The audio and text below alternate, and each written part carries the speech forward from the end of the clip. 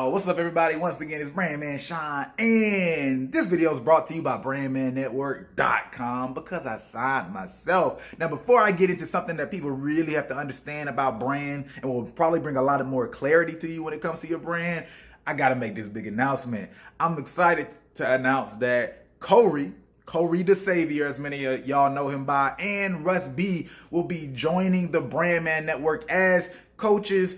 Every week, once a week, they'll be doing live Q&As where they can really talk to people, right? This is that video format where you can talk to them, they talk back, you can provide content, text, so we can dig deeper. It's going to be really dope. Russ B will be on Mondays at 10 p.m. Eastern Time, and Corey will be on Thursdays, 9 p.m. Eastern Time once a week. You guys will have access to them as some coaches to really get your questions out, get your situations figured out. So I'm excited to talk about that. There's going to be so many other people that are already contributing to Brandman Network and a lot of other resources, but really getting into this video right here.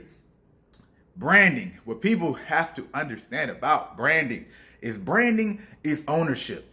We talk about this ownership idea because so many people want to be independent these days, right? You know, oh, I got to own my masters. I got to own this. I got to own that. Well, branding is about ownership as well. So many companies are all about, you know, they own phrases. They own words in people's minds. You have that one guy, the boxing guy, let's get ready to rumble. That's a brand, right? And he literally owned that phrase. He, I think, what's copyrighted, trademarked, whichever one is relevant, which means he can legally tax your ass if you use it. He has a brand, and the same thing applies when it comes to artists, right? And that's where a lot of artists actually either you get confused or you miss out. And what do I mean by this? Well, here's a perfect example. There's an artist by the name of Tougaloo Blue. I did a video of him very early on when on this channel. He just we kind of connected. I learned a little bit about his situation. I thought it was interesting what he was doing. I think he either just graduated college or maybe he was still in college, right? And he created this entire narrative, right? That he released a project while he was in his dorm room. I'll re-say that better. So this is what happened. He had a project. He recorded it in his dorm room. He brought other people to collaborate in his dorm room.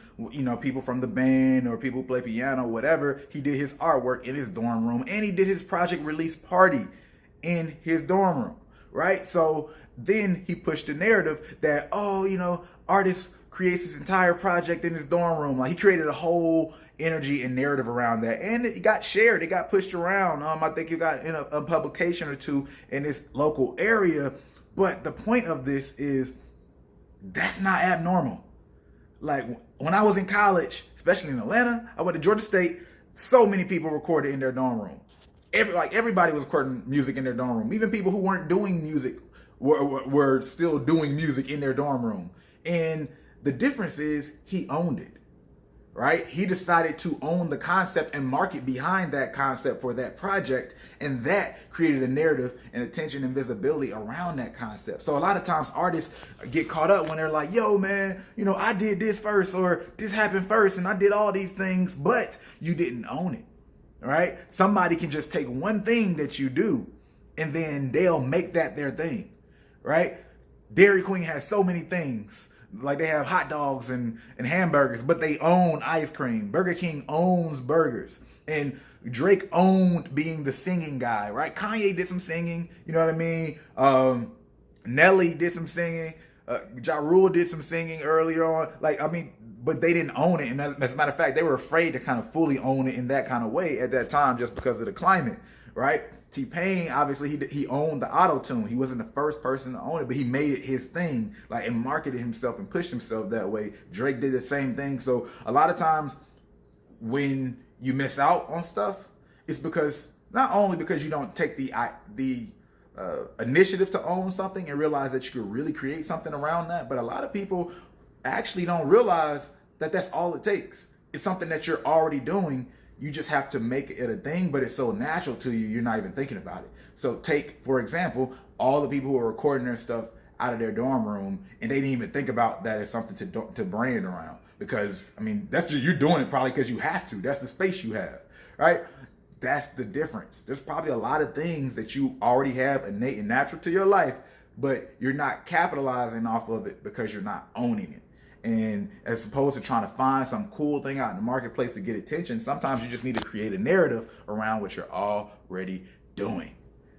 That's it for that. I think that should make it pretty clear. But if you have any questions, ask in the comments below. And again, make sure y'all sign up for the sessions with Corey, Russ B every Monday and Thursday. Y'all already know mine are on Fridays. We had some good conversations yesterday. And there's so many other things that come to brandmannetwork.com. But actually, and if you don't know about it, how you happen to not know about it, make sure you sign up. The link in the description, link in the top comments. I'll pin that thing, all that good stuff. But other than that, y'all have a great weekend. I would love to know what you guys think about branding, ownership, all that good stuff.